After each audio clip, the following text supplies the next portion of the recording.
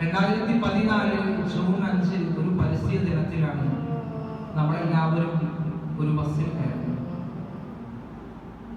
ആ ബസ്സിൽ നമ്മളെല്ലാവരും വേറെ വേറെ സ്റ്റോപ്പുകളിൽ നിന്നാണ് ആ ബസ്സിൽ കയറി കൂടുന്നത്.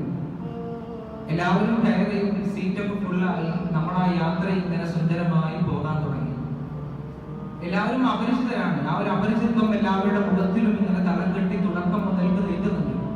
പക്ഷേ യാത്ര കുറച്ചൊക്കെ നീങ്ങിയപ്പോൾ നമ്മൾ പരസ്പരം മുഖത്തോട് മുഖം നോക്കി ചെറുതായി പുഞ്ചിരിക്കാൻ തുടങ്ങി.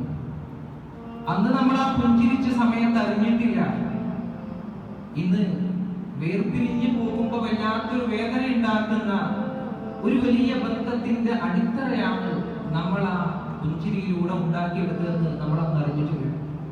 അങ്ങനെ നമ്മൾ പുഞ്ചിരിച്ചു, അത് ചിരിയായി മാറി, പിന്നെ കളിയും രസങ്ങളുമായി മാറി. ആ യാത്ര എങ്ങനെ സുന്ദരമായി മുന്നോട്ട് പോകാൻ തുടങ്ങി. യാത്രയുടെ ഇടയ്ക്കൊക്കെ നമ്മുടെ ബസ് ചില ഭാഗങ്ങളിലൊക്കെ നിന്നിട്ടുണ്ട്, സ്വാഭാവികം. പക്ഷേ ആ നിന്ന സമയത്തൊക്കെ നമ്മുടെ വാഹനത്തിന്റെ പുറകിലൂടെ വന്നിട്ട് ആരോ നമ്മൾ അറിയാത്ത കുറച്ച് ആളുകൾ തള്ളി തന്നിട്ടുണ്ട് നമ്മുടെ വാഹനം. വീണ്ടും അത് അത്യുന്നതങ്ങളിലേക്ക് പോയിക്കൊണ്ടിരുന്നു. സ്വാഭാവികമാണ്, യാത്രയിൽ ചില തട്ടലുകളും മുട്ടലുകളും ഉണ്ടാകും. ആ സമയത്തൊക്കെ നമുക്ക് ധൈര്യം തന്നിട്ട് കൂടെ ചില ആളുകളൊക്കെ ഉണ്ടായിട്ടുണ്ട്. അങ്ങനെ അവിടെയൊന്നും പതരാതെ നിർത്തിവെക്കാതെ നമ്മൾ ആ യാത്ര വീണ്ടും തുടർന്നുകൊണ്ടിരുന്നു. പക്ഷെ അപ്രതീക്ഷിതമായിരിക്കുന്ന ചില ഘട്ടങ്ങളിലൊക്കെ ആ യാത്രയിൽ നമ്മുടെ കൂടെ ഉണ്ടായിരുന്ന ചില ആളുകളൊക്കെ ചില ബെല്ലടിക്കാത്ത സ്റ്റോപ്പുകളിൽ നമ്മളിൽ നിന്ന് ഇറങ്ങിപ്പോയിട്ടുണ്ട്. അപ്പൊ നമ്മളന്ന് പേടിച്ചിട്ടുണ്ട്. ആ സമയത്തൊക്കെ നമ്മുടെ കൂടെയുള്ളവർ ഇറങ്ങിപ്പോയിരുന്നു. പക്ഷെ അവിടെയും നമ്മൾ പതറിയിട്ടില്ല. അവിടുന്ന് നമ്മൾ നമ്മുടെ യാത്ര തുടർന്ന് നമ്മുടെ നിർത്താതെ പോയിക്കൊണ്ടിരുന്നു. ഇന്ന് അൽഹംദുലില്ലാഹ് അല്ലാഹുവിന്റെ അപാരമായ തൗഫീഖ് കൊണ്ട് നമ്മുടെ കണ്ണെത്തും ദൂരത്തത നമ്മുടെ ലക്ഷ്യം പുഞ്ചിരിച്ചുകൊണ്ട് നമ്മുടെ കൈ നീട്ടി നിൽക്കുന്നുണ്ട്. നമ്മുടെ ലക്ഷ്യം നമ്മൾ ആ യാത്ര ഇങ്ങനെ ആനന്ദിച്ചു വന്നതുകൊണ്ട് ആ യാത്രക്കിടയിൽ കാലങ്ങൾ മറിഞ്ഞു വന്നതും കലണ്ടർ മാറി വന്നതൊന്നും നമ്മൾ ചിന്തിച്ചിട്ടില്ല. നമ്മൾ വല്ലാതെ അതിലേക്ക് ശ്രദ്ധ കൊടുത്തിട്ടില്ല. കാരണം നമ്മൾ ആ യാത്ര ഇങ്ങനെ ആസ്വദിച്ചുകൊണ്ടിരിക്കുകയായിരുന്നു. പെട്ടെന്ന് സുപ്രഭാതത്തിൽ ഇന്ന് ഇവിടെ വെച്ചിട്ട് ആ യാത്ര അവസാനിക്കുന്ന ഈ സമയത്താണ് നമ്മൾ ഓർക്കുന്നത്, ഈ യാത്രയുടെ തുടക്കത്തിൽ നമ്മൾ കരുതിയ അത്ര ദൂരമൊന്നും ഈ യാത്രക്ക് ഈ ലക്ഷ്യത്തിലേക്ക് നയിച്ചില്ല. 8 കൊല്ലം എന്ന് പറയുന്നത് ഇത്ര നിസ്സാരമാണോ, ഇത്ര ചെറുതാണോ എന്ന് നമ്മൾ ചിന്തിച്ചു പോവുകയാണ് ഈ സമയത്ത്. എന്തായാലും നമ്മുടെ മനസ്സിന്റെ അകത്ത് ചെറിയ ചില നന്ദിയുടെ പൂക്കൾ വിരിയേണ്ട ചില സമയമാണ് ഈ സമയം. ആരോടെന്ന് ചോദിച്ചാൽ നമ്മുടെ ബസ് നിന്ന സമയം നമ്മൾ പറഞ്ഞു. ആ നിന്ന സമയത്ത് പുറത്ത് നിന്ന് തള്ളിത്തന്ന നമ്മുടെ പ്രിയപ്പെട്ട ഉമ്മാനോട് ഉപ്പാനോട് വീട്ടിലുള്ള ആളുകളോട് നന്ദി പറയേണ്ട സമയമാണ്. നമ്മൾ ആ യാത്രയിൽ നമുക്ക് ആവശ്യമായിരിക്കുന്ന ഇന്ധനങ്ങളെ കൃത്യമായ അളവിൽ നമ്മുടെ വാഹനത്തിലേക്ക് ഒഴിച്ചു തന്നിരുന്ന പ്രിയപ്പെട്ട അധ്യാപകരോട് നന്ദി പറയേണ്ട സമയമാണ്. നമ്മൾ ആ യാത്രയിൽ ചില തട്ടലുകളും മുട്ടലുകളും ഉണ്ടായ സമയത്ത് നമുക്ക് ധൈര്യം തന്ന് കൂടെ ഉണ്ടായിരുന്ന ആ യാത്രയിലെ സഹയാത്രികളായിരിക്കും നമ്മൾ പരസ്പരം നന്ദി പറയേണ്ട സമയമാണ്. അതിലെല്ലാത്തിനും ഉപരി നമ്മുടെ മുന്നിൽ ഒരു കാലത്തെട്ട് കൊല്ലം മുമ്പ് 10ാം ക്ലാസ് കഴിഞ്ഞ് നിൽക്കുന്ന സമയത്ത് ഒരുപാട് വാതിലുകൾ ഉണ്ടായിട്ടും ഈ ഒരു വാതിൽ മാത്രം നമ്മുടെ മുന്നിൽ തുറന്നു തന്ന് അതിലൂടെ നമ്മോട് പ്രവേശിക്കാൻ പറഞ്ഞ് അതിന്റെ തുടക്കം മുതൽ ഇന്നിതാ ഒടുക്കം വരെ നമ്മുടെ കയ്യിൽ പിടിച്ച് കൂടെ നടന്നിരുന്ന നമ്മുടെ പടച്ചറപ്പ്, ആ റബ്ബിനോട് നന്ദി പറയുന്ന സമയമാണ്. ഇത് വല്ലാത്തൊരു അനുഗ്രഹമാണ്. കാരണം ഒരുപാട് ആളുകൾ നമ്മുടെ പ്രായത്തിലുള്ള ഒരുപാട് ആളുകൾ ആ സമയത്ത് നമ്മുടെ നാട്ടിലുണ്ടായിരുന്നു. പക്ഷെ അവരൊക്കെ മാറ്റി നിർത്തിയിട്ട് അള്ളാഹു നമ്മളെ സെലക്ട് ചെയ്തിട്ടുണ്ട്. ആ സെലക്ട് ചെയ്ത ആളുകൾ നമ്മുടെ കൂട്ടത്തിൽ നിന്ന് ഒരുപാട് ആളുകൾ കൊഴിഞ്ഞു പോയിട്ടും ആ കൊഴിഞ്ഞു പോയ സമയത്തും നമ്മളെ അവൻ പിടിച്ചു വെച്ചിട്ടുണ്ടെങ്കിൽ ആ പിടിച്ചു വെക്കലിന്റെ പേരാണ് തൗഫീഖ്. അല്ലാഹുവിന്റെ അപാരമായിരിക്കുന്ന ഒരു തൗഫീഖിന്റെ പുറത്താണ് നമ്മളൊക്കെ ഇന്നിവിടെ നിൽക്കുന്നത്. നമ്മളിവിടേക്ക് വന്ന് 2 വർഷം കഴിഞ്ഞു. 2 വർഷം മുമ്പ് നമ്മൾ ഇങ്ങോട്ട് വരുമ്പോൾ അപ്പോഴും നമ്മൾ അപരിചിതരാണ്. നമ്മൾ പരസ്പരം വല്ലാത്ത പരിചയങ്ങളൊന്നുമില്ല. പക്ഷേ സ്വാഭാവികമായിട്ടും നേരത്തെ പറഞ്ഞ പോലെയുള്ള ചിരിയിലൂടെ കളികളിലൂടെ നമ്മൾ ഈ മതിൽക്കെട്ടിനകത്ത് വലിയൊരു സ്വർഗം തന്നെ നമ്മളിവിടെ തീർത്തു വെച്ചു. ആ സ്വർഗത്തിൽ നിന്ന് നമ്മൾ പുറത്തു പോകുമ്പോൾ നമ്മൾ അപരിചിതരല്ല, നമ്മളൊക്കെ സുപരിചിതരായി മാറിയിരുന്നു. അതാണ് ഈ സ്വർഗത്തിൽ നമ്മുടെ ഭാഗമായി കിടക്കുന്ന മിണ്ടാൻ കഴിയാത്ത നമ്മുടെ ആ ഒരു കെട്ടിടം, നമ്മുടെ ക്യാമ്പസ്, നമ്മുടെ ഹോസ്റ്റൽ, നമ്മുടെ ക്യാൻറ്റീൻ, നമ്മുടെ ക്ലാസ് റൂമുകൾ, നമ്മുടെ ചുമരുകൾ, നമ്മുടെ ഡെസ്കുകൾ, ബെഞ്ചുകൾ, പുസ്തകങ്ങളോട് പോലും എന്ത് പറയണം എന്നറിയാത്ത സമയത്ത് നമുക്കൊക്കെ നമ്മൾ തന്നെയാണോ എന്ന് സംശയം തോന്നുന്ന രൂപത്തിലുള്ള ചില ബന്ധങ്ങൾ ഈ ക്യാമ്പസിൽ ഉണ്ടായിട്ടുണ്ട്. അവരോട് ഇറങ്ങി പോകുന്ന സമയത്ത് അവരുടെ മുഖത്ത് നോക്കിയിട്ട് ഞാൻ പോവുകയാണെന്ന് ഇന്നലെ നമ്മൾ പറഞ്ഞ പോലെ ഞാൻ പോവുകയാണെന്ന് എങ്ങനെ പറയുന്നത് ചിന്തിച്ചുകൊണ്ടിരിക്കുന്ന സമയമാണ്. നമ്മൾ ഓരോരുത്തരും ആ ഒരു ചിന്തയിൽ ഒഴുകിക്കൊണ്ടിരിക്കുകയാണ്. കവി പറഞ്ഞതുപോലെ എത്ര ശ്രമിച്ചാലും മറക്കുവാനാകുമോ നമ്മൾ ഇത്രമേൽ മിത്രങ്ങളായ ഈ വേള. നമ്മൾ എത്ര ശ്രമിച്ചാലും ഈ ഒരു കാലഘട്ടം നമുക്ക് മറക്കാൻ കഴിയില്ല. ഈ ഒരു കാലഘട്ടത്തിന് വല്ലാത്തൊരു പവറുള്ള ഒരു കാലഘട്ടമാണ്, നമുക്ക് ഒരിക്കലും മറക്കാൻ കഴിയില്ല. ഒരുപക്ഷെ നമ്മൾ ഈ കാലം കഴിഞ്ഞിട്ട് ഈ ഗേറ്റ് കടന്നിട്ട് പുറത്തു പോകുമ്പോൾ ഒരുപാട് കാര്യങ്ങൾ നമ്മുടെ മനസ്സിലേക്ക് കയറി വരും. നമ്മുടെ ജോലികൾ ഈ ഒരു സ്വപ്നങ്ങളുടെ മുകളിലായി നിൽക്കും. ഇവിടുത്തെ അനുഭവങ്ങളുടെ മുഖത്ത് നമ്മുടെ ജോലികൾ വരും, നമ്മുടെ പ്രാരാബ്ദങ്ങൾ വരും, നമ്മുടെ കുടുംബം വരും, നമ്മുടെ ഉമ്മ വരും, ബാപ്പ വരും, നമ്മുടെ സമൂഹം വരും, നമ്മുടെ ഭാര്യ വരും, മക്കൾ വരും. ഇങ്ങനെ എല്ലാ ചിന്തകളും നമ്മുടെ ഈ മനസ്സിനകത്ത് ഇങ്ങനെ കുന്നുകൂടി കിടക്കും. പക്ഷേ അപ്പോഴും ചില സമയങ്ങൾ അതിന്റെ എല്ലാ മടിയിൽ നിന്ന് ഒരു ഉയർത്തെഴുന്നേൽപ്പ് ഈ ചിന്തകൾക്കുണ്ടാവും. ഈ ചിന്തകൾ അപ്പോൾ നമുക്ക് വന്നിട്ട് സന്തോഷം തരേണ്ട സമയത്ത് നമുക്ക് സന്തോഷം തരും.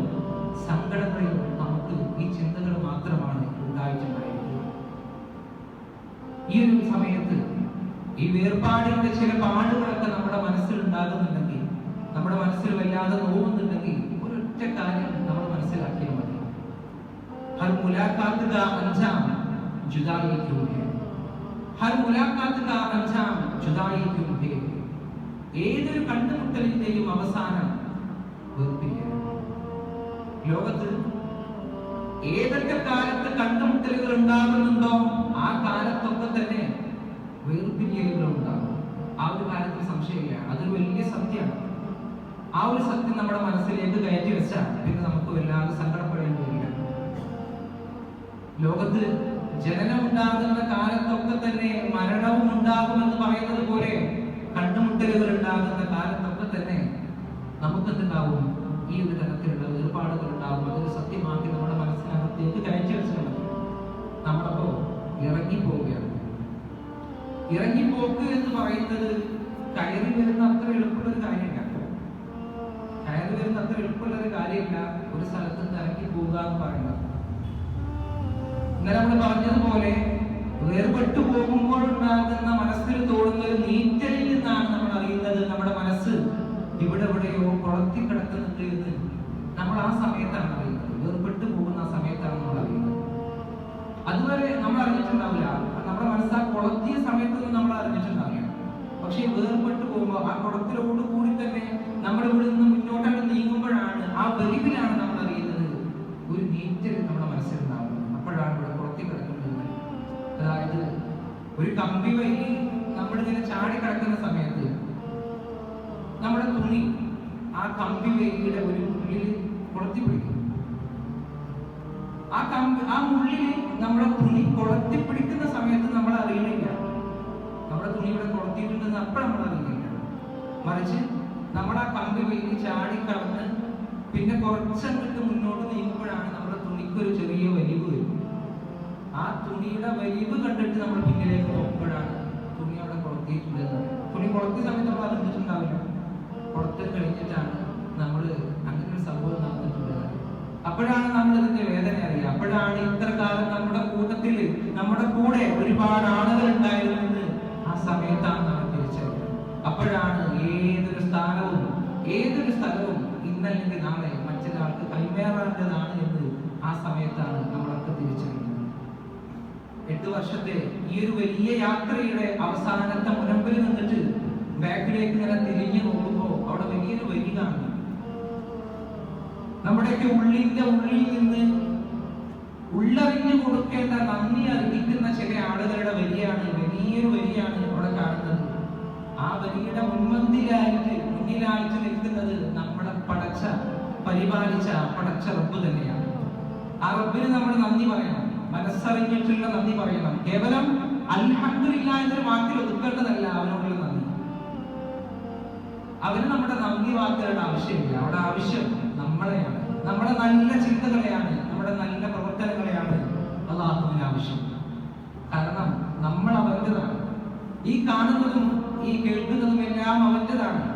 ദീനിനെയും ദുനിയാവിനെയും സമന്വയിപ്പിച്ചിട്ട് വർണ്ണശബളമായി നിൽക്കുന്ന ഒരു കുടയുടെ കീഴിലാക്കി ആ കുടക്ക് സുന്ദരമായ വാഫി എന്ന് നാമകരണം ചെയ്തതും അത് ജനമനസ്സുകളിലേക്ക് ഇറങ്ങിച്ചെന്നതും അതൊരു അത്ഭുതം പോലെ ലോകത്ത് പടർന്ന് പന്തലിച്ചു പോയതും ആ ഒരു വലിയ അത്ഭുതക്കടലിന്റെ ഒരു ബിന്ദുവായിട്ട് ഇരിക്കുന്ന ഓരോരുത്തരായിരിക്കുന്ന നമ്മുടെ ഈ ഒരു സംഘം മാറ്റിയത് അവനാണ്. അത് അല്ലാഹുവാണ്. അല്ലാഹു മാറ്റിയത്. ആ ഒരു സത്യം നമ്മൾ മറക്കാൻ പാടില്ല. അതുകൊണ്ട് ആദ്യത്തെ നന്ദി പടച്ച റബ്ബിനാണ് കൊടുക്കേണ്ടത്. ഇങ്ങനെ കൊടുക്കണം. എങ്ങനെയാണ് നമ്മൾ റബ്ബിനോട് നന്ദി പറയേണ്ടത്? അത് അവൻ എന്താണോ ഈ 8 കൊല്ലത്തെ കണക്കെടുക്കുകയാണെങ്കിൽ 8 കൊല്ലം കൊണ്ട് അവൻ എന്താണോ നമുക്ക് തന്നത് അത് അവന്റെ കാലിന്റെ ചുവട്ടിൽ വെക്കുന്നതിലൂടെയാണ് അവനോടുള്ള നന്ദി പ്രകാശം. അവൻ നമുക്ക് ഇൽമാണ് തന്നിട്ടുള്ളതെങ്കിൽ ആ മനസ്സറിഞ്ഞുകൊണ്ടുള്ള ഇൽമിനെ ആത്മാർത്ഥമായിട്ട് അവന്റെ മാർഗത്തിലേക്ക് കൊണ്ടുപോയി തിരിക്കലാണ് അവനോടുള്ള നന്ദിയായിട്ട് കണക്കാക്കുന്നത്. നമ്മൾ നേരത്തെ പറഞ്ഞ ആ വരിയുടെ രണ്ടാമതായിട്ട് പടച്ച റബ്ബിന് പ്രതിയായിട്ട് നിൽക്കുന്നത് നമ്മുടെ പ്രസ്ഥാനങ്ങളാണ്. നമ്മുടെ വാഫി പ്രസ്ഥാനത്തിന് വല്ലാത്തൊരു പങ്കുണ്ട്. പ്രസ്ഥാനത്തിനോടാണ് നമ്മൾ വീണ്ടും രണ്ടാമതായി നന്ദി പറയേണ്ടത്. ഒരുപാട് വൈവിധ്യങ്ങളായിരിക്കുന്ന കല്ലുകൾ കൂട്ടിവെച്ചുണ്ടാക്കിയതാണ് ഈ മനോഹരമായിരിക്കുന്ന വാഫി പ്രസ്ഥാനം. പക്ഷേ ഈ പ്രസ്ഥാനത്തിന്റെ തറയുടെ മണ്ണിനകത്ത് മറഞ്ഞു കിടക്കുന്ന ചില കല്ലുകളുണ്ട്. ഒരുപാട് കല്ലുകളുണ്ട്. പക്ഷേ ഈ തറയുടെ മണ്ണിനകത്ത് മറഞ്ഞു കിടക്കുന്ന ചില കല്ലുകളുണ്ട്. ആ കല്ലുകളെ പലപ്പോഴും നമ്മൾ കാണാറില്ല. ചിലതൊക്കെ നമുക്കറിയാം, പക്ഷെ എല്ലാവരെയും നമുക്കറിയില്ല. മറഞ്ഞു കിടക്കുന്ന ചില കല്ലുകളാണ്. അടിത്തറകൾ എപ്പോഴും മറഞ്ഞു കിടക്കാൻ ആഗ്രഹിക്കുന്നവരാണ്. അടിത്തറ നമുക്ക് കാണാൻ കഴിയില്ല. അപ്പൊ നമ്മുടെ ക്യാമ്പസിലേക്ക് നോക്കുകയാണെങ്കിൽ, പുറത്തുനിന്ന് ഒരാൾ വന്നിട്ട് നമ്മുടെ ക്യാമ്പസ് നോക്കുകയാണെങ്കിൽ, ഇവിടെ ഉള്ള ഒരാൾ നോക്കുകയാണെങ്കിൽ തന്നെ നമ്മൾ ആദ്യം കാണുന്നത് എന്താ? ആ മനോഹരമായിരിക്കുന്ന ചില്ലുകൾ കൊണ്ട് അലങ്കരിച്ചു വെച്ച നമ്മുടെ ക്യാമ്പസിന്റെ സുന്ദരമായിരിക്കുന്ന രൂപമാണ് നമ്മുടെ മനസ്സിൽ ആദ്യം വരിക.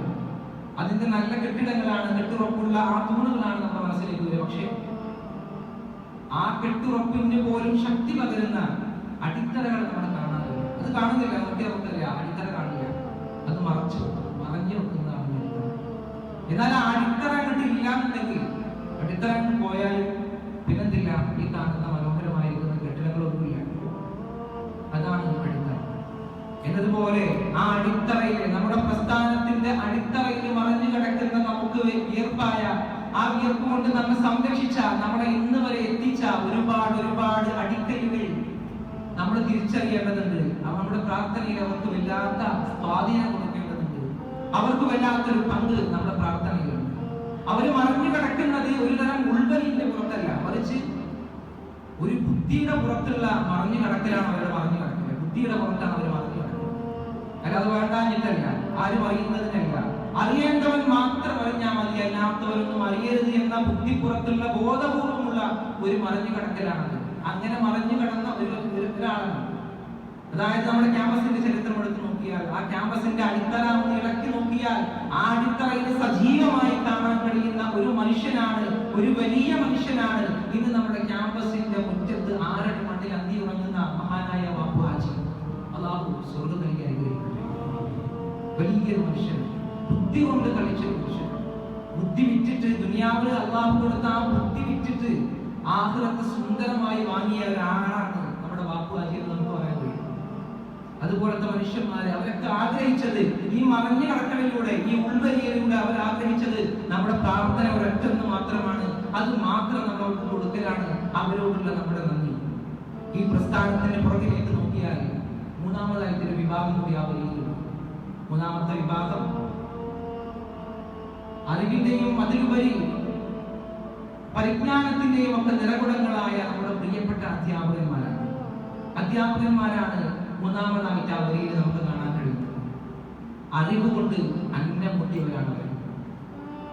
നമുക്ക് സ്വപ്നം കാണാൻ ഒരുപാട് ആളുകൾ പഠിപ്പിച്ചിട്ടുണ്ടെങ്കിലും ആ സ്വപ്നങ്ങൾക്കൊക്കെ പാറി പറക്കാൻ കഴിയുന്ന ചിറകുകൾ നൽകിയത് പ്രിയപ്പെട്ട അധ്യാപകന്മാരാണ്, അവരാണിത് കാണിച്ചത്. അവര് പുസ്തകങ്ങളിൽ നിന്ന് പഠിപ്പിച്ചു തന്ന ചില പാഠങ്ങളൊക്കെ ഒരു പക്ഷേ നമ്മൾ മറന്നേക്കാം, ചിലതൊന്നല്ല ഭൂരിഭാഗവും നമ്മൾ മറന്നേക്കാം. പക്ഷേ ആ പുസ്തകങ്ങൾ മറിച്ചിട്ട് അവർ പാഠമെടുക്കുന്ന സമയത്ത് സിലബസിലില്ലാത്ത ചില പാഠങ്ങൾ, ചില അനുഭവങ്ങൾ അവരവരുടെ ജീവിതത്തിൽ നിന്ന് നമുക്ക് പകർന്നു തന്നതുണ്ടാവും. അത് നെഞ്ചോട് ചേർത്ത് വെക്കേണ്ടതാണ്.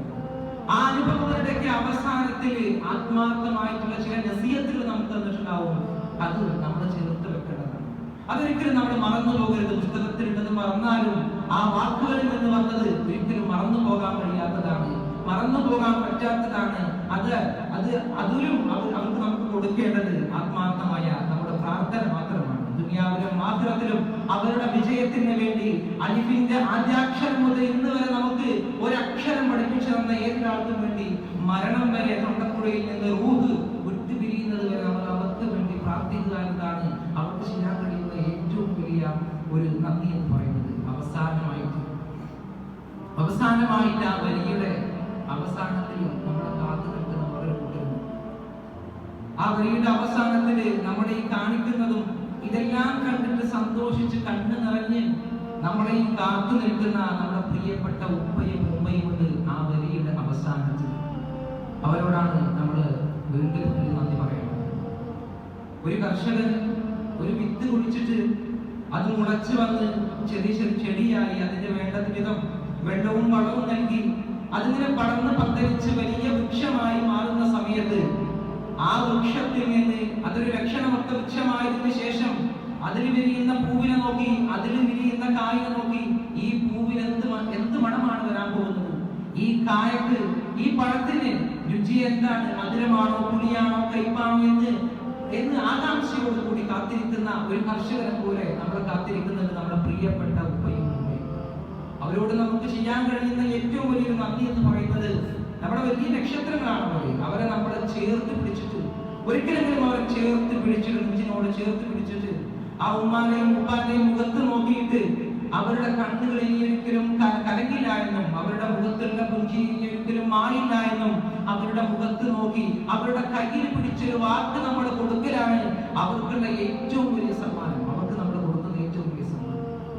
നമ്മുടെ ജീവിതത്തിൽ ഏറ്റവും സന്തോഷം ഉണ്ടാകുന്ന കാലഘട്ടമാണ് നമ്മുടെ ഉമ്മയും വാപ്പയും നമ്മുടെ കൂടെയുള്ള കാലഘട്ടം എന്ന് പറയുന്നത്. നമ്മുടെ ഉമ്മയും വാപ്പയും ജീവിച്ചിരിക്കുന്ന കാലഘട്ടമാണ് ഏതൊരു മനുഷ്യന്റെയും സുന്ദരമായ കാലഘട്ടം. ആ കാലഘട്ടത്തിന്റെ ഭംഗി ഇന്ന് നമുക്ക് മനസ്സിലാവില്ല. നേരത്തെ പറഞ്ഞ പോലെ ഇന്ന് നമുക്ക് മനസ്സിലാവില്ല.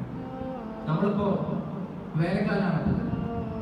ഈ വേനൽക്കാലത്ത് നമ്മൾ ആഗ്രഹിക്കുന്നത് മഴ ഇന്ന് പെയ്തെങ്കിലെന്നാണ്. ഇന്നലെ ഞാനൊക്കെ ഓരോ ഇടക്കിടക്കുള്ള ചില മഴകൾ വന്നപ്പോൾ നമ്മൾ വല്ലാതെ ആഘോഷിച്ചിട്ടുണ്ടായിരുന്നു. അപ്പോ അത്തരത്തിലുള്ള മഴകൾ ഒന്ന് വന്നെങ്കിലെന്നാണ് ഈ വേനൽക്കാലത്ത് നമ്മൾ ആഗ്രഹിക്കുന്നത്.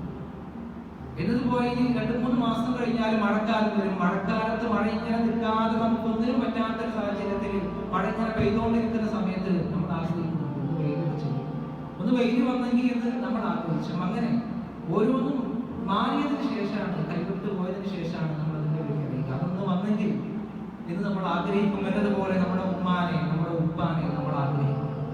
അവർ കൈവിട്ട് പോയതിനു ശേഷം അതുകൊണ്ട് അവരെ കൂടെ ഉണ്ടാകുന്ന സമയത്ത് അവരെ ചേർത്ത് പിടിക്കുക, നെഞ്ചോട് ചേർത്ത് പിടിക്കുക. അവരെ പോലെ തന്നെ നമ്മൾ പ്രാധാന്യം കൊടുക്കേണ്ട മറ്റൊരു വിഭാഗമാണ് നമ്മുടെ സമൂഹം, നമ്മുടെ ഉമ്മത്ത് എന്ന് പറയുന്നത്. കാരണം നമ്മുടെ ഉമ്മത്തിന്റെ വേദനകൾ നെഞ്ചിരിച്ചവരാണ്. ഈ വാഫി പ്രസ്ഥാനത്തിലേക്ക് 1-ാം ക്ലാസ്സിലേക്ക് നമ്മൾ ഓരോരുത്തരും കടന്നു വന്ന അന്ന് മുതൽ ഇന്നലത്തെ നമ്മുടെ പ്രോഗ്രാമിൽ വരെ നമ്മൾ ചൊല്ലിയ ആ വാഫി ഗീതത്തിലെ അർത്ഥവത്തായ ഒരു വാക്കാണ് ഉമ്മത്തിന്റെ വേദനകൾ നെഞ്ചിരിച്ചവരാണ്. അത് കേവലം പാടിയെന്ന് തള്ളിക്കളയാതെ മറിച്ച് ജീവിതം കൊണ്ട് ഓരോരുത്തർക്കും കാണിച്ചു കൊടുക്കാൻ നമ്മൾ ഓരോരുത്തരും ശ്രമിക്കണം. നമ്മുടെ ജീവിതം കൊണ്ട് നമ്മൾ ഒരാൾക്കെങ്കിലും ഒരു ഉപകാരമെങ്കിലും നമ്മൾ ചെയ്യാൻ കഴിയുകയാണെങ്കിൽ അത് പരമാവധി ചെയ്യാൻ കഴിയണം എന്ന് നിങ്ങൾ ഓർമ്മിപ്പിക്കുക.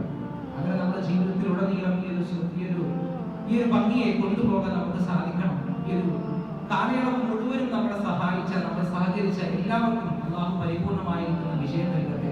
നമ്മുടെ പ്രസ്ഥാനത്തിന് താങ്ങായ തണലായ നമ്മുടെ ഈ ഒരു വഴിയാത്രയിൽ നമുക്ക് സഹായിച്ച ഒരുപാട് ആളുകളുണ്ട്. എല്ലാവരെയും അല്ലാഹു അർഹമായ പ്രതിഫലം നൽകി അനുഗ്രഹിക്കട്ടെ എന്ന് ആത്മാർത്ഥമായി പ്രാർത്ഥിച്ചുകൊണ്ട് ഞാൻ നിർത്തുന്നു.